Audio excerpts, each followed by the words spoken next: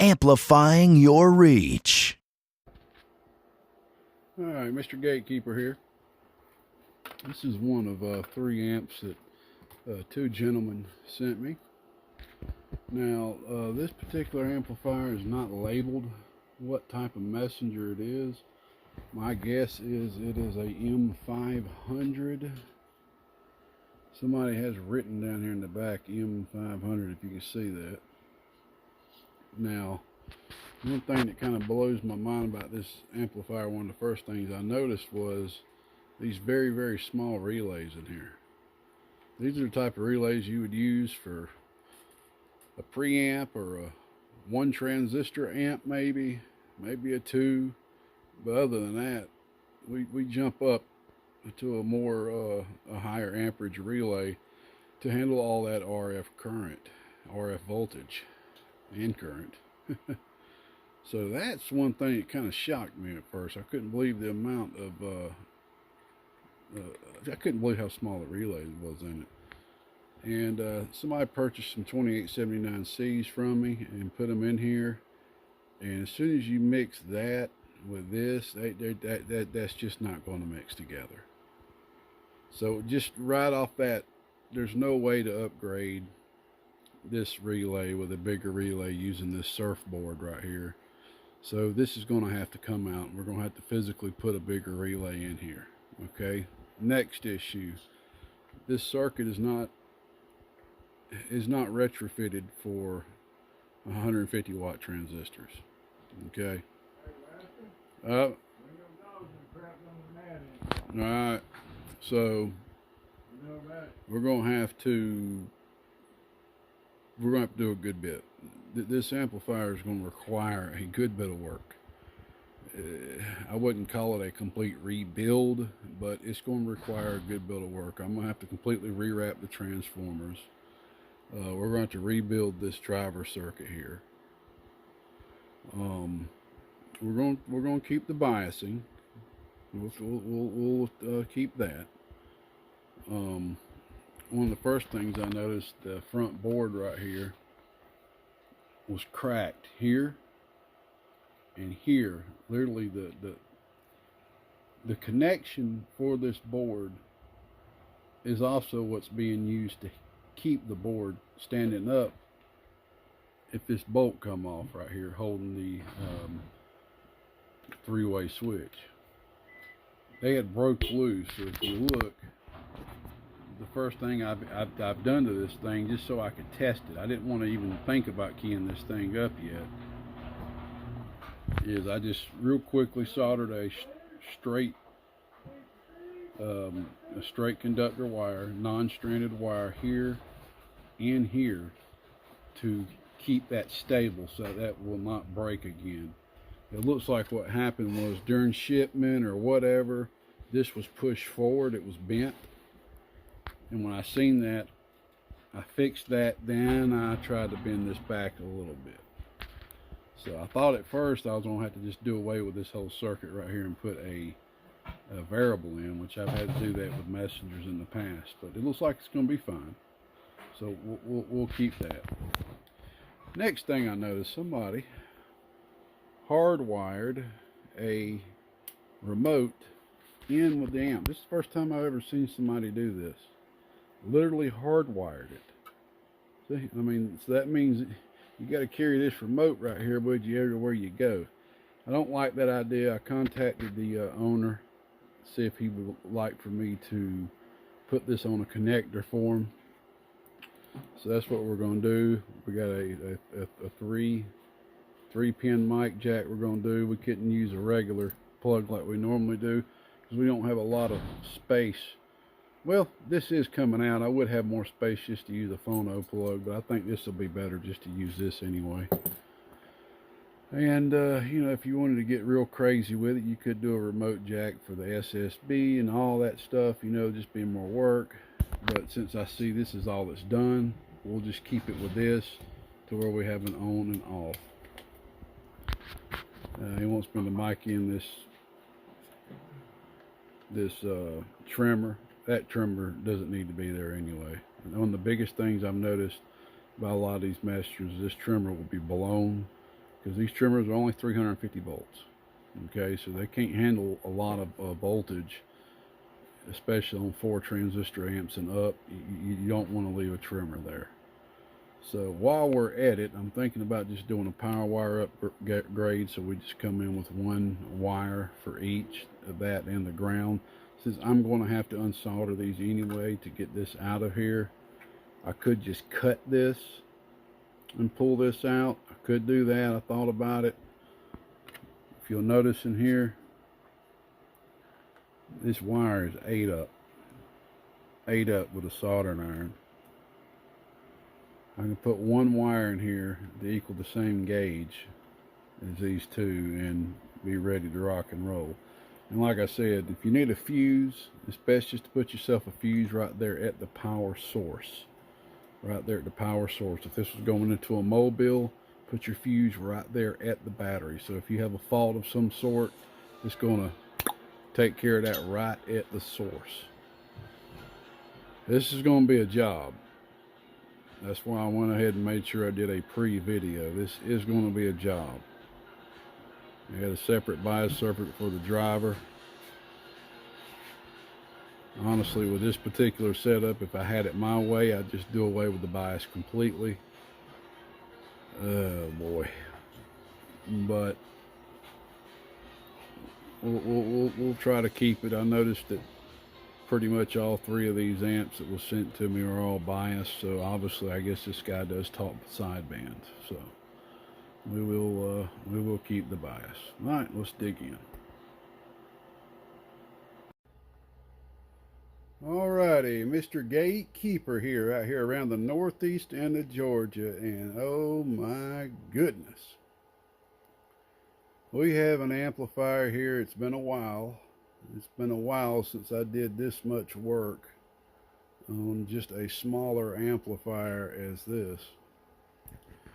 What we have here, as far as my understanding, is we have ourselves a Messenger M500. Alright, and I'm about to show you the reason why I had to draw this little diagram. I think I've already drew this diagram before. I looked through my notes in here. I got this right here is filled with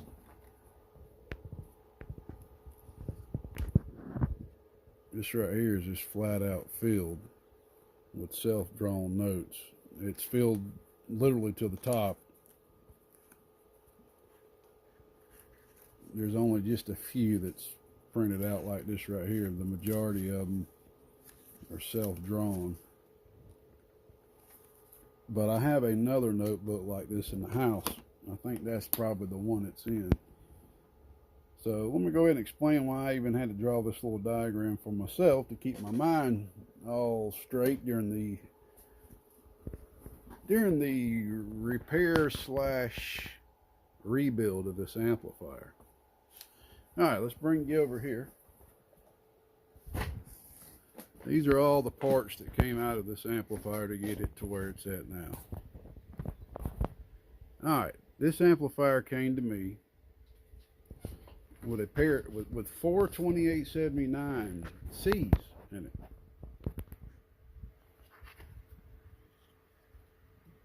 Look at these relays. Let's zoom in on these relays here.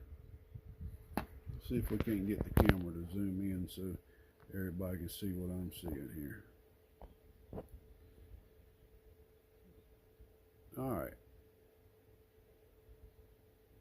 A lot of times when we use a 10 amp relay for a 4 transistor amplifier, that means that's 10 amp on a certain amount of AC.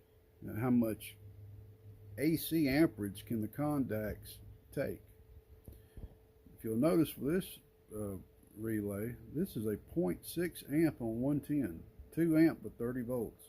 That means this relay can only handle the armature, internal armature, the leads can only handle 2 amps at 30 volts and 0.6 amps at 110 volts. Okay. Now let's be fair and go over here and look at the next relay, because that relay that we were just looking at there, maybe the preamps relay, I believe. So let's be fair and go look at this one. This is an Omeron. Let's turn it around this way. Oh wow, it's the same exact relay. Same exact relay. Now, these style relays that you see right here are something that you'll see somebody use with a 1-pill amp, or at the most a 2-pill 1446, 2290, something small like that. Have you ever seen anybody use a relay this small for a 4-transistor amplifier?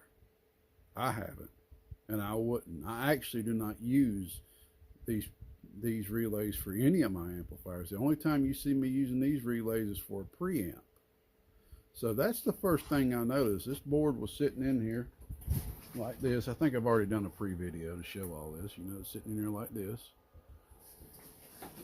And as soon as I seen that, I knew this was going to be a job. This was going to take a little while. I've honestly been working on this amplifier this whole week. I haven't been able to put a lot of hours on the bench every single day, but I knew this was going to have to come out, and I was going to have to drop my own relays in there. I'll keep coming back here to the parts as I go through, because I want to cover everything that I did. And y'all going to have to bear with me. I'm going to go ahead and turn this power supply off just for the time being. Y'all going to have to bear with me, because there's a long list. There's a long list. I looked in here pretty quickly, and I did notice we had a Toshiba 2879 driver. All right. Now here was the first issue. That was the first issue I saw, okay, that I was going to have to drop my own relays in here. All right, because there's no way to put a bigger relay on that board that's in there, so there's no way around it. So at that time, it's time to draw me a diagram so I can know where everything's at when I go ahead and wire up the new relays. Next issue I saw, the wraps on the transformers, the capacitors on the transformers, everything was still the same pretty much. Somebody did put some metals on here. It was kind of a cold solder joint, and the metals did not match at all. That's why they're removed, and I put on a fresh pair that match. The caps was wrong. The caps were still for what was in here before, probably some Motorola 455s or something. So that means every transformer has to be rewrapped. All right. And I didn't agree with the wraps the way that the one transistor section was done either. So that has to be rewrapped. I mean, they had the capacitance on the input transformer, all that. So basically the 1-pill section had to be completely rebuilt. As you can see, I had to drop my own caps in here. What they did have in there was those tiny little bitty boogers. I had 2 on each end. I'm going to be kind of sporadic, but I'm just going to go through everything. Next is, I wasn't too sure how these would interact.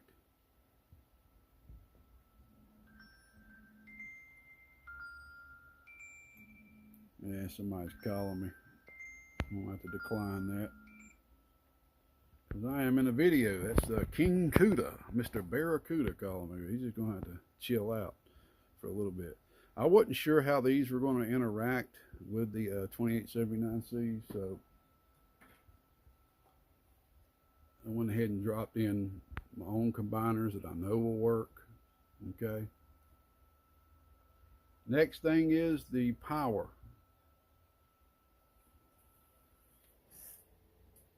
This is what was in there. Wait, nope, I've got the wrong power wire. I got the right ground. Hold on a second. I got the power wire, because this is I think I mentioned, this is the 3rd amp that was sent to me by these gentlemen. Here we go. This is what was in there, and there's nothing wrong with this at all. There really ain't. I'm going to set this up here. There's nothing wrong with those power wires at all. just to make me feel a lot better about the whole situation, they had the remote hardwired in. I've never seen somebody do that. You know, it's always good to have a remote where you can unplug it, like you see that I've done here. They had the remote hardwired in, and it was all going through here and the fan and everything. And I just didn't like that. It wasn't neat. So what I went ahead and did is just did a new power wire upgrade for the gentleman. Like I say, if you do want a fuse for this, it's best to put your fuse at the power source, okay, at the source of the power. If you're running it in-house or something like that, then you don't really need a fuse. You get your power supply to keep you protected, as long as you're using a good power supply and you're using batteries in the house. If you're using batteries in the house, you need to have a fuse at the battery, okay? So I went ahead and did a power wire upgrade. And I cleaned the heck out of this amp, but I noticed I haven't cleaned the flux off that yet. I'll clean that off when I get done with the video.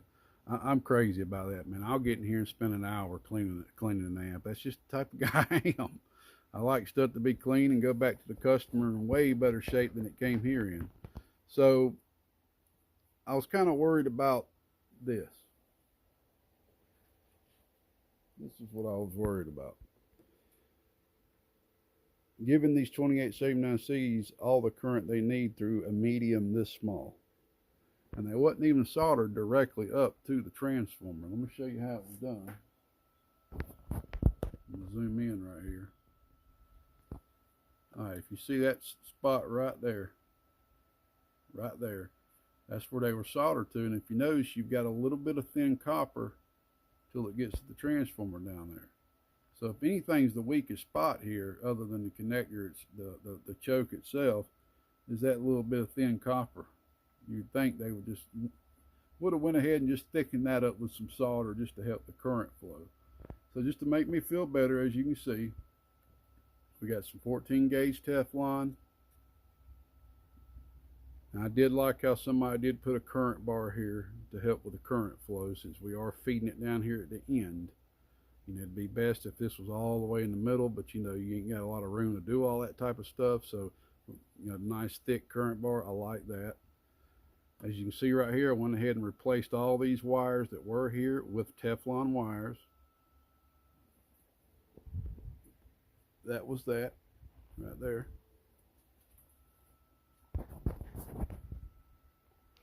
All right, I think I already covered this, but when this came, this board, the connection down here at the bottom was broke.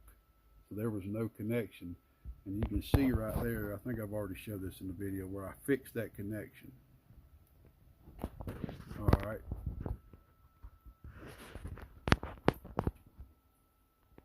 We had a cap right here that was bad, but I replaced that. Now let's talk about, I think we've went through, you can see I had to sit here and retune the whole amplifier from top to end.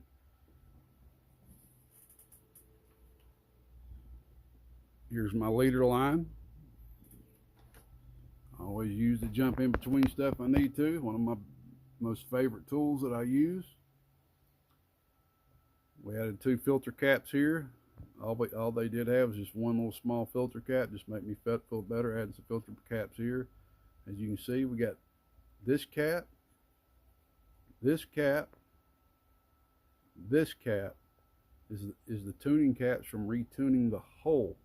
Retuning the 1 pill section by itself, retuning the 4 pill by itself. And what do we see here? What was on here?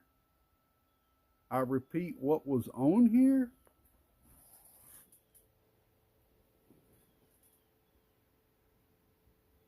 Can you believe that? This is what was on for the output loading capacitor.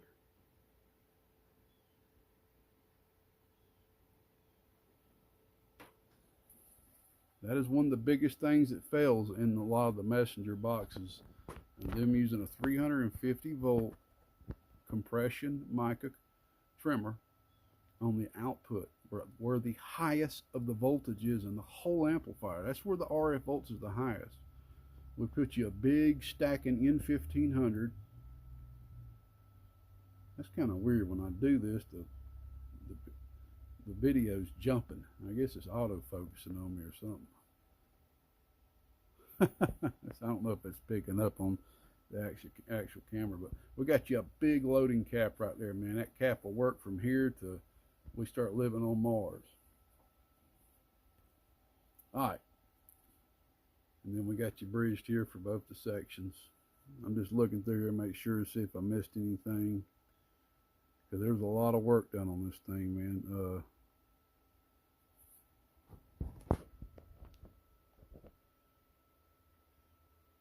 You see all the relays had to be dropped and wired up. And it's a little time consuming. Alright, so as I already showed you, we dropped in a 3-pin mic jack for your remote.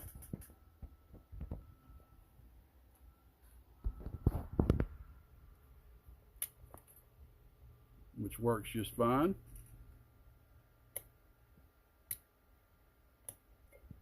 Works perfect. Next thing, the fan kit. I don't know if this came factory with Messenger. It's really nice.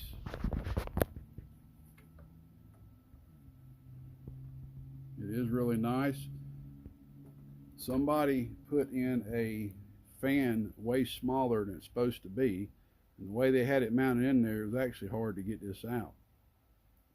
And this thing's hardly pushing no air whatsoever. So I talked with a gentleman and said, hey buddy, you want me to do you a fresh fan kit, give you a 120 millimeter fan, it's going to actually push some air. And I said, and also the problem was there was no feed on here. So the only way that fan kit would do any good is you'd have to turn the amp upside down so that the fan could get air. So I went ahead, as you can see, put you some long feet on here so this fan kit can get some, that fan can get some air. And as you'll notice, made this look real good. Put this loom on here for you, and I got your own fan jack, as you can see right there. So we'll take your fan and we'll plug it in, and you'll see with the fan jack here, I don't sit here and be lazy with stuff. I could just had said, okay, I'm gonna screw this in the case ground that the jack's touching will be good, but if this jack ever gets loosened up a little bit, the fan's gonna lose a ground. So it's always good to put yourself an actual ground from the jack down to the board, as you can see what I did now. So we'll just use the remote. I gotta turn the power supply on.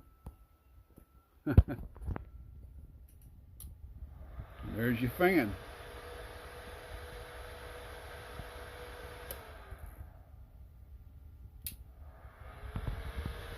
And that fan is blowing some good air. That is a good fan. It's going to sit there and give you some good airflow to kind of keep that heat off that heat sink for them longer key downs. Alright. Just for the sake of sound, since I'm doing a video, I will unplug the fan. And it's always a good idea too, if you got a power supply hooked up, just to be safe, it's always a good idea to turn your power source off when you're unplugging your fan or plugging your fan up. Make sure the power supply source is off. It's best because sometimes you plug it in, the ground can touch the positive. It probably won't happen with this type of style jack right here, but just to be safe. Now I've got this thing tuned to perfection. I sit here and spend a lot of time with this. The fella, like I said, 2 gentlemen sent me 3 amps. The fella that sent me 1 amp, I think this particular gentleman right here had sent me 2, and the fella that's waiting on his 1 has gotten a little upset with how long it's took for me to get them all done, but what a lot of people don't understand is, yes, I have a girlfriend. I'm not married. I have 2 kids. I gotta get my oldest kid, thank God, is driving. But I gotta get my youngest son to school in the morning. I gotta pick him up. every day from school. I'm in shipping. You know, I'm shipping transistors and parts. Sometimes all day long. I don't even get to get out here to the bench. But the main thing that's been holding me back, the main thing is I've been having some health issues. We still haven't got down to the bottom of it. It's like a blood pressure style anxiety slash headaches, and we just have not gotten down to the bottom of it. We're just doing one test at a time with the doctors. But I explained all this to the gentleman. He still wasn't having it. I just hope after watching these videos he'll understand. This stuff does take a lot of time, and I mean y'all sent this to one of the best guys out here that works on this style type of amps and stuff right here. So I took my time with this. I did not take any shortcuts. I wanted to make sure that this thing right here was top notch. I mean, look at all the work done to it, man. I really think that you're going to enjoy this. Now, one thing I do need to explain now, this ain't going to be a power monster as if I built a 1-driving-4 myself on a copper board and out of C's. You've got a small issue with these type of boards where there's a ground issue. You don't have as much ground on these boards. Basically, I'll be happy to get 500-600 watts out of this, maybe a little more on a good day. We're going to see what it's going to do. But I know it's tuned out to perfection. And the input tune on it is miraculous. So let's take a look at it. The high-low switch is working perfectly. Sideband delay is working perfectly. She's ready to rock and roll, man. Alright, so let's see what this bad boy is going to do. Let me turn this soldering iron off. I don't need that on. Alright. So what we got going on here is we got the 500 watt slug, PEP, 1000 watt slug RMS. You got your 5 watt slug in reverse. Here's your feed through. Do-dia, do-dia. Now why is that so low? Why is that so low? And you can tell I've used no compensation capacitors. That's all I'm gonna point to. That's why. So y'all think about that. Alright. So we are on high. Let's go ahead and let you see your input reflect. Do-dia. That is beautiful. It's a 5 watt slug, so we're looking at the middle scale where you see 10 is a watt, in between's a half watt. Do-dia. Beautiful. Here's your output PEP. Do-dia. Right there, 500 watts. RMS, about 160 RMS. Alright, so just for the fun of it, let's go to medium.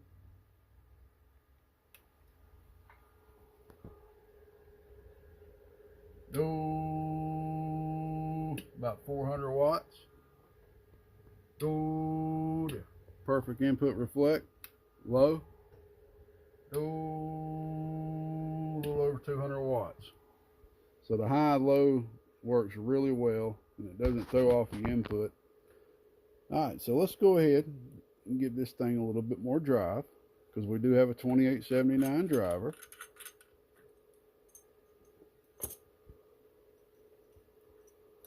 See if I can't do this with one hand here. And then I'm going to need to change my slug. So give me a second to put the phone down.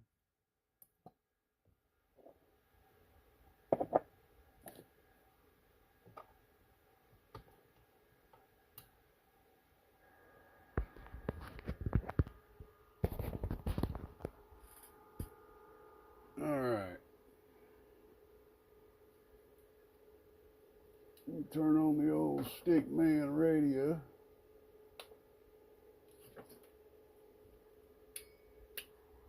Alrighty. So So now we got two 1000s in here.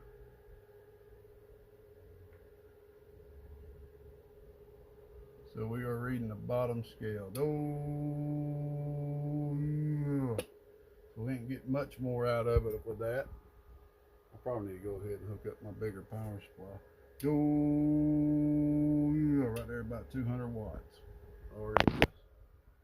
Well, we can't see the actual input because I ain't got that hooked up. Now, we want to drive it a little bit harder. Now, one thing I did sit there and think about that I can try to see if we get a little bit more output out of it is grounding this input transformer. Sometimes it has a good effect, sometimes it don't. I'll play around with that after we get done.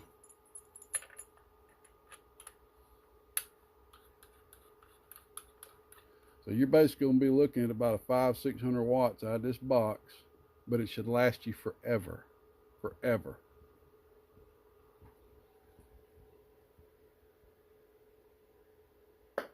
And plus, I still haven't changed out my dang batteries out of my peak kit. I told myself to do that last night before I did this video. It just hit me. So it's probably doing a little bit more in the peak. I think it starts getting, it starts slowing down. Like something that would normally do 800 watts, it'll slow down a little bit to 6. And that lets me know, okay, they're getting low. Like a buddy said in one of my comments, I need to just go ahead and wire this dang meter up to